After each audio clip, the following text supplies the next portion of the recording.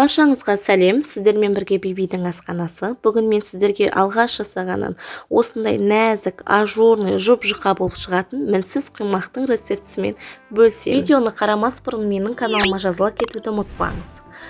Қамырын дайындау үшін бізге сүт, ұн, қайнаған су, сұйық май, уксус, шым-шым тұз, шекер, 3 жұмыртқа мен сода қажет болады. Мөлшерлемесін описаниеге жаза кетемін.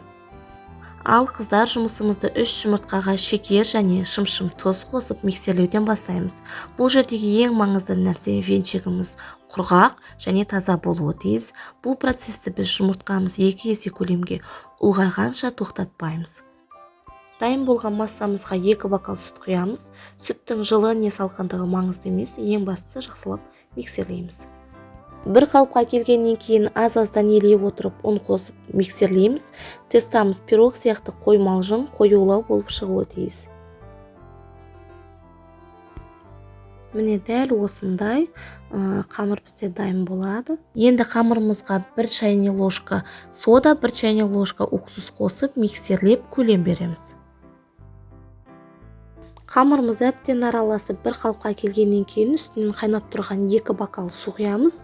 Мен бір қолмен видеоға түсіріп тұрғандықтан миксерлей отырып су құя алмадым. Сіздер миксерлей отырып су құйсаңыздар негізі жақсырақ, себебі біздің жұмыртқамыз пісіп қалуы мүмкін.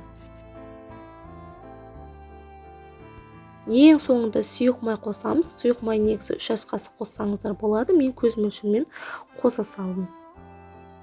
Осындай сұйық емес, тым қою емес, бір келкі теста пайда болады. Тапамызды майлап, жақсылап құйып пісіре береміз. Бірінші пісіргеннен ақ осындай ажурный болып шығады.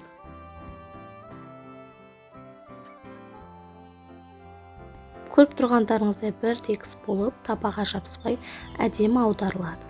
Назар салып көргендеріңізге рахмет. Каналыма жазыла кетуді ұмытпаңыздар.